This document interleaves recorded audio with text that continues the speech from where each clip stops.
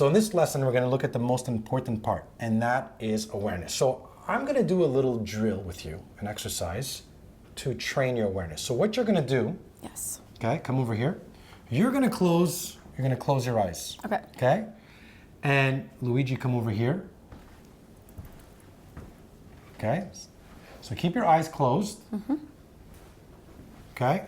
So don't move. Open your eyes. Look at Luigi. Close your eyes. Now, where were his hands? Behind his leg. Both hands or just one hand? No, just one hand. Could he be holding a weapon? Yes. What's his weight distribution? Like, is he leaning forward on one leg, both legs, or is it 50-50? I don't remember. How close is he? What's the distance between you and him? A meter? Okay. What's the biggest threat from this distance if he wanted to attack you? The distance, the time I have to react. What can he hit you with here? What's the biggest threat? If he was standing and talking to you right now, Yes. what's the biggest threat that you'd be most afraid of? The weapon he has behind him. Excellent. Open your eyes.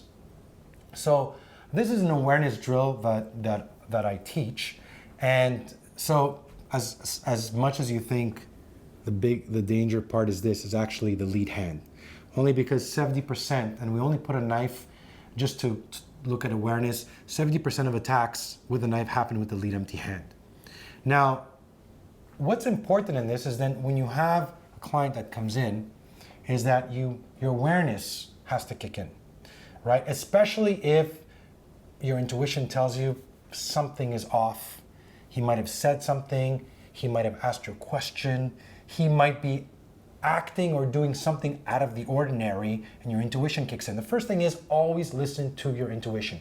If you feel something, don't just say, oh, it's nothing, I'm just being paranoid. You gotta act on it, and you gotta ask yourself, why am I feeling the way I'm feeling? So the most important thing, what I'm profiling, is the body language, right? Is he angling off? Is he trying to get close? Is he looking around? Is he touching his face?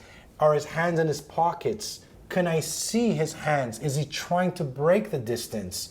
So it's really important that when you're faced with a client and a potential attacker, you listen to your intuition, and while you're talking to him, what you're actually doing is studying his every movement. The first thing you want to do is look at his hands. Does he have a weapon? Right? That's the first thing you got to ask yourself, because that's going to determine on, well, if he has a weapon or I can't see his hands, you got to start acting on it, which means you got to go in complete code red and be ready to strike, run, escape, use your pepper spray, whatever it is. Okay? So reading the body language, his awareness, shifting his weight, if he's trying to close the distance, right? Because a lot of times, start talking and move around. The first thing is he might start trying to get close with you, right? So right away, again, you start putting whatever you can in the way, but what you're doing is you're studying at his hands, his body language. Is he moving around? Does he have a lead empty hand? Is he trying to break the distance? What you want to do is manage your distance as much as possible. Don't let him get close. The closer he gets to you, the more advantages he has. The closer he gets, the more higher chances you're going to end up getting into a one-on-one kind of fight, which you don't want to do. So the idea is for you is you want to learn how to manage your distance, right? So if he starts slowly move close, I always want to make sure I keep a good distance between me and him.